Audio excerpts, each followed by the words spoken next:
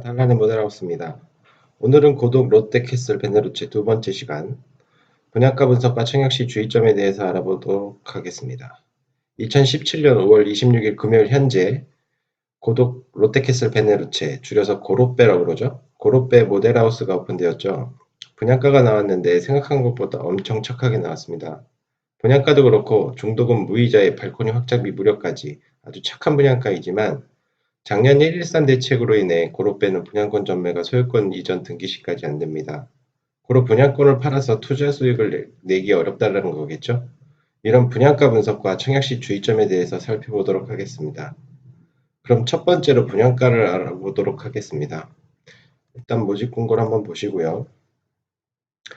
여기 공급 규모도 있고 공급 대상도 있고 공급 금액도 있는데 일단은 먼저 분양가라는 개념을 먼저 생각해 봐야 될 것 같은데, 분양가라는 것이 단순히 모집 공고상에 여기 나온 금액, 공급 금액이 합계 이걸로만 생각하신다면 상당한 오해가 생길 수 있을 것 같습니다. 왜냐하면 입주할 때까지 단순히 공급 금액만 들어가는 것이 아니라 이 공급 금액의 중도금 대출을 받을 시 이제 이자 부분과 더불어 이제 발코니 확장 비용, 시스템 에어컨, 가전제품, 중문, 유상 옵션까지 실질적인 분양가라 할 수 있는 것들이 들어가고요.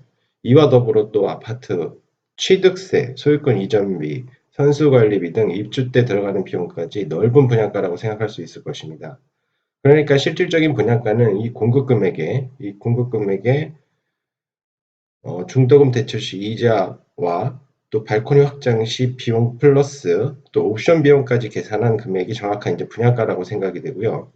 아파트 청약 시 또는 분양가 비교 시에 꼭 체크해야 될 사항입니다. 그럼 이 고로빼 해당 조건을 보면 중도금 무이자에 발코니 확장비 무료까지 해준다라는 조건으로 이 비용 간단 계산만 하더라도 이제 2천만 원에서 한 3천만 원 정도 금액이니까 아주 착한 조건이라고 생각됩니다. 자, 그럼 일단 분양가를 한번 여기 보시죠. 저 같은 경우는 지금 사이버 모델하우스 들어가가지고 모집 공고를 다운받아 놓은 걸 보고 계신데, 시청자 여러분들께서는 사이버 모델하우스 들어가셔서 모집 공고 다운받아서 한번 자세하게 살펴봐야 할 것 같습니다. 우선은 이 모집 공고상에 공급 규모를 보시면 지하 4층 29층 총 20개 동으로서 1859세대죠. 이 1859세대 안에는 조합원분 895세대가 있고 장기 전세주택 97세대가 있는데, 이것을 제하고 일반 공급은 867세대를 한다는 모집 공고인데, 이 안에는 이제 특별 공급이 있습니다. 그러니까 기관 추천, 다자녀, 신혼부부, 노부모 특별 공급 해가지고 총 275세대로 보이는데, 그러니까 이제 일반 공급 867세대에서 이 특별 공급 275세대를 빼면 약 592세대가 실질적으로 모집 공고된다는 것으로 보입니다. 자, 그러면 이제 공급 금액 박스를 보시면 여기 이제 5구 타입이 있고, 5구 타입은 24평형이죠. 그리고 여기 84A 타입은 34평형이죠. 그리고 또 84B 이것도 34평형이고, 여기 12122 타입 요거는 이제 46평형 정도 되는데, 일단 네 가지 타입으로 구성이 되어 있네요. 일단 먼저 5구 타입 24평형을 보시면 분양가가 이렇게 나와 있는데, 요까지죠. 1, 2층을 제하고 보면 한 평균적으로 한 6억 정도 분양가로 보이네요. 그러니까 24평형은 6억 정도를 일단 6억 정도 분양가라고 이제 된다고 생각하시면 될 것 같고, 84A 타입 34평형을 보시면 이것도 이제 1, 2층 제외하고 7억 7천, 7억 8천도 있고 7억 5천도 있고, 84B 타입을 보면 7억 5천도 있고, 요렇게 여기까지죠. 7억 7천 있는데, 34평형 같은 경우니까 84 타입 같은 A, B 타입 같은 경우는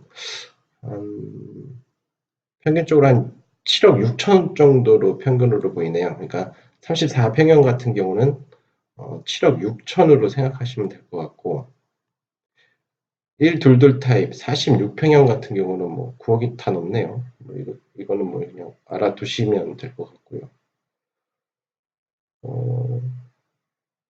또 여기에 24평형은 한 평균 분양가가 6억 정도로 보이고 34평형 같은 경우는 한 7억 6천 정도로 평균가로 보이고 또 여기에 조건이 중도금 대출 무이자에 대출 시 무이자 조건에 발코니 확장비 무료까지 조건이니 확실히 가격 경쟁력이 있다고 판단이 되고요. 좀 많이 싸게 나왔죠.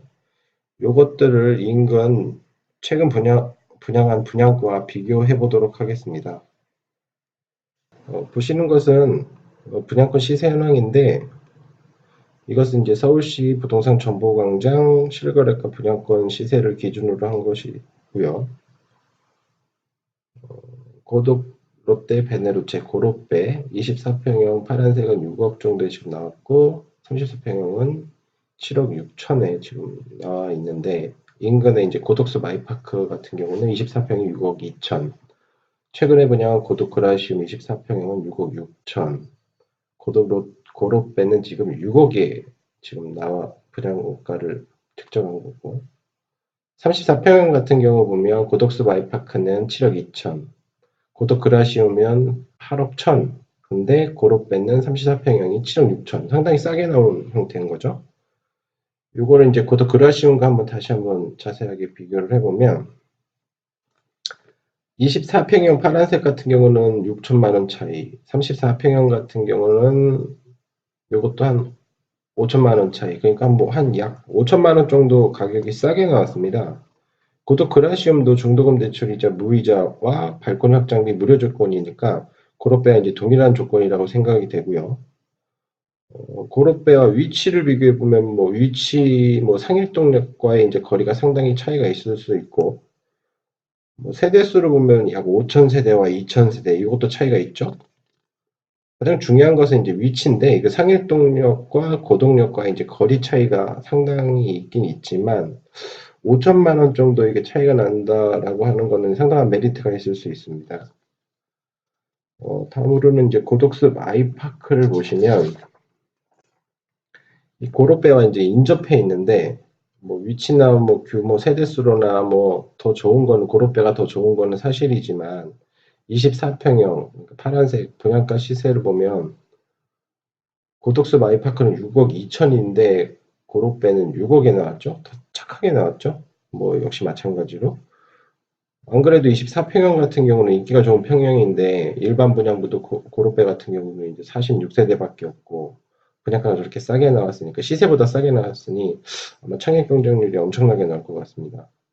이게 뭐 의도한 건지 안 한 건지는 모르겠는데 미끼 상품인 건지 아니면 24평의 분양권 시세가 갑자기 최근에 상승해서 이 고로빼 분양가 책정할 때 이런 급상승한 분양권 시세를 파악 못한 건지 이제 의구심이 들긴 하지만 수요자 입장에서는 뭐 아주 좋죠. 땡큐죠. 34평형 같은 경우를 보면 오렌지색 고덕스 마이파크는 7억 2천 고로빼는 지금 7억 6천에 나와 있는데 약 4천만 원 정도 차이가 나는데 이건 오히려 이거는 비싸게 나왔죠. 근데 이건 잘 보셔야 할 것이 고덕스 마이파크는 중도금 대출 유의자 조건으로 알고 있습니다. 그리고 미분양이 조금 있어서 뭐 후불제도 있는 것으로 알고 있는데 34평 기준으로 이제 중도금 대출 이자 부분을 한번 계산을 해보면 대략 한 2천만 원 정도가 계산이 되어집니다. 그래서 따라서 고독수 마이파크 34평형 같은 경우는 분양권이라 하면 여기 7억 2천에 공급 금액이 나와 있는 거고 중도금 대출 유의자이므로 여기에 한 2천만 원 정도 더 하면 7억 4천이 고독수 마이파크 34평의 이제 공급 금액 분양가라고 현재 시세라고 보고 이게 7억 4천이면 7억 6천, 2천만 원 차이 갭이 있는 거죠. 그러니까 2천만 원 정도 고로빼가 좀 비싸게 나와 있는 거죠. 결론적으로 고로빼는 당연히 고독수비 아이파크와 분양가를 비교해 보면 24평형은 뭐 중도금 이자 부분 감안할 때 2천 여긴 뭐 2천만 원 차이가 나지만 여기에 중도금 이자 부분이 포함이 돼야 되니 한 3, 4천만 원 정도 싸게 나온 거고 34평형 같은 경우도 중도금 이자 부분이 2천만 원이 포함되면 7억 4천에 7억 6천이니까 2천만 원 정도 비싸게 나온 겁니다. 그래서 요거를 잘 보셔야 될 거예요. 이 금액을 잘 보셔야 될 것 같고요. 이 고로빼 같은 경우 24평 아까 처음에 말씀드렸다시피 일반 공급 세대수가 46세대로 매우 작습니다. 옆 단지, 그러니까 뭐 고덕수 마이파크보다 컨디션이 좋음에도 불구하고 싸게 나왔으니 청약시 아주 높은 최대 경쟁률을 보일 것으로 생각이 되고, 뭐 34평도 역시 마찬가지로 분양가가 낮게 나왔으니까 아주 높은 경쟁률을 보일 것으로 예상되지네요. 근데 여기서 핵심은 이거죠. 근데 고로빼는 전반적으로 이제 분양가가 낮게 책정됐다고 판단이 되고 보이는데, 이게 이제 낮게 책정된 거냐 아니면 적정하게 책정이 된 거냐의 문제인데, 저는 이제 적정하게 책정이 됐다고 생각이 되어집니다. 왜냐하면 이 고덕주공 재원 단지 중에, 여기 고덕동 단지 중에 고로빼의 위치가 솔직하게 좀 안 좋은 쪽에 속하는 것이 사실이거든요. 그리고 이제 고로빼보다 위치적으로나 뭐 세대수로나 뭐 브랜드로나 뭐 우수한 단지니까 6단지, 3단지가 분양을 대기하고 있는데, 6단지와 이게 3단지와 비교할 때 현실적인 분양가 수준을 책정한 것으로 판단되어집니다. 그러니까 쉽게 말씀드리면, 이후에 고로빼 분양하고 난 이후에 6단지, 3단지가 이제 분양할 예정인데, 고로빼보다 이제 6단지, 3단지가 입지가 훨씬 좋으니까 분양가를 이것들보다 낮게 책정하여서, 그러니까 얘네들 분양하기 전에 빨리 팔아서 털어버려야 된다는 게 인식이 이제 강했던 것 같고, 그것이 이제 이득이라고 이제 판단한 것 같습니다. 따라서 아주 현실적으로 정확하게 자기의 위치 레벨을 파악해서 이제 대처한 것으로 보이고요. 제가 생각하기에는 낮게 책정된 것이 아니라 적정하게 책정됐다라고 판단이 되어집니다. 다음으로는 청약시 주의점에 대해서 살펴보도록 하겠습니다. 첫 번째로 고로빼는 소유권 이전 등기 시까지 전매가 불가능한 것이 핵심이겠네요. 작년 113 대책 발표를 보면 강남 4구, 그러니까 강남구, 서초구, 송파구, 강동구는 분양권 전매를 소유권 이전 등기 시까지 못하게 제한을 했죠. 이것이 이 강남 4구에서는 분양권 전매를 아예 하지 못한다라는 것이고, 이 시점은 작년 113 대책 이후에 입주자 모집 공고한 단지부터 적용되니까 당연히 고로빼는 전매 불가다라는 것이죠. 소유권 이전 등기, 즉 잔금까지 다 내고 나서 아파트를 매매할 수 있다는 것 꼭 명심하시고 청약하셔야 됩니다. 두 번째로는 1순위 청약 대상인지 여부인데요.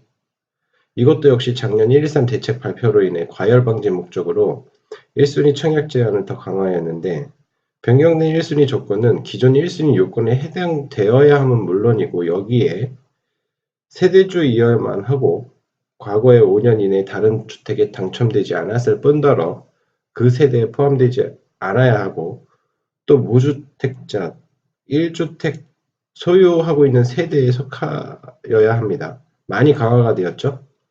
최근 이 강화된 1순위 요건 때문에 잘 인지 못하고 청약하여가지고 당첨이 되었는데, 부적격 대상자로 이제 판명된 사람들이 엄청 많습니다. 만약에 이렇게 부적격으로 판정 받으시면 당첨된 아파트 하지도 못하고 청약하는 것도 1년간 제한되어집니다. 꼭 확인하고 청약하시길 바라겠습니다. 이 사항은 나중에 따로 시간을 내어서 정확하게 뭐 1순위인지 2순위인지 뭐 순위별 자격 요건들을 이제 살펴보는 방송을 한번 시간 내서 한번 하도록 하겠습니다. 세 번째로는 46평형 주택형 122 타입 신청 시 중도금 대출이 불가하다라는 것입니다. 이것은 이제 최근 중도금 대출 강화 정책에 따라서 아파트 9억 원 이상의 경우에는 중도금 대출이 아예 불가능하다라는 것이죠. 그러니까 다시 말해서 46평형을 청약하시는 분들은 자신의 자금으로 중도금을 이제 납부해야 한다는 것이고, 대략 46평의 분양가가 9억 초반, 중반에서 10억대까지 있는데, 청약하여 당첨되면 당첨자 자신이 알아서 이제 중도금을 해결해야 되는 것입니다. 물론 돈이 많으신 분들은 뭐 걱정할 것이 없겠지만, 간혹 중도금 대출 당연히 되는 거 아니냐고 청약하고 당첨되면 아주 낭패를 겪을 수 있는 거죠. 꼭 확인하시길 바라겠습니다. 다음으로는 청약 전략에 대해서 한번 생각해 보도록 하겠습니다. 고덕동 재건축 단지 중에 7단지 재건축하는 이 고로빼는 고덕동 섹터 안에서 본다면 이제 위치가 가장 열악한 것이 사실이고, 그라시움이 벌써 분양해서 34평형 기준으로 8억 초반의 시세를 형성하고 있고, 호가는 8억 후반 정도까지 한다고 하는데, 고로빼는 평균 7억 6천만 원 정도로 분양가를 책정했죠. 그러니까 뭐 그라시움보다 5천만 원에서 뭐 1억 원 이상 싸게 분양한다라는 건데, 이것은 이제 다음 달 및 올해 후반기에 분양할 6단지, 3단지와의 경쟁력 차원에서 상당한 전략적인 가격 책정이라고 생각이 되고요. 따라서 당연히 이제 고덕동 섹터에서 본다면 추후 관심이 주목될 만한 6단지, 3단지가 또 대기하고 있다라는 것이죠. 따라서 제 전략은 청약할 수 있는 더 좋은 아파트 물건들이 분양하는 것들이 또 추후에 있으니까 이번에는 당첨이 돼도 좋고 안 돼도 좋고의 생각으로 청약하는 것이 아주 좋을 듯합니다. 그러니까 이제 당첨이 되면 조금 싼 분양가에 들어가서 좋은 것이고, 물론 고덕동 안에서 말씀드리는 겁니다.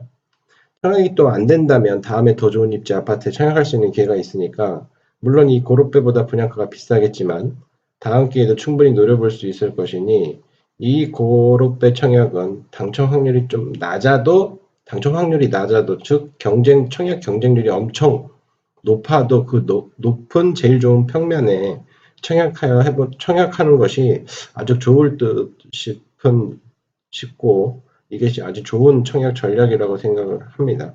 그렇다고 뭐 나중에 6단지, 3단지를 노리고 이번에 청약 안 한다라는 것은 조금 어떻게 생각해보면 약간 아깝죠. 아무튼 이런 전략에 의해서 저는 청약 경쟁률이 이제 제일 높을 것 같으니까 가장 좋은 평면에 이제 청약할 것이고요. 만약에 청약해서 당첨이 된다면 전매가 안 되는 거니까 당연히 이제 실거주 해야 할 것으로 이제 판단이 되고요. 또한 안 된다면 뭐 더 좋은 입지가 있는 입지로 6단지, 3단지가 있으니까 또 다시 청약해 볼 생각입니다. 그래서 이제 시청자 여러분들께서는 청약 일정을 잘 살펴보시고 일정에 이제 맞추어 청약하시면 되고요. 물론 저도 청약할 겁니다. 이거 청약하는 것도 많이 어려워하시는 분들도 많은데 나중에 이것도 이제 시간 따로 내서 청약하는 거 하나하나 이제 일일이 한번 알아보도록 하겠습니다. 뭐 잘못했는데 당첨된다고 하면 당첨 취소되고 통장도 날아가고 아주 곤욕스럽죠. 그런 부분 제 주위에서 본 적이 있고요. 지금껏 고독 롯데캐슬 베네루체 두 번째 시간 분양가 분석하기와 청약시 주의점에 대해서 알아보았고요. 시청해 주셔서 감사합니다. 좋아요, 구독하기 눌러주시면 더욱더 감사하겠고요. 다음 시간에 뵙겠습니다.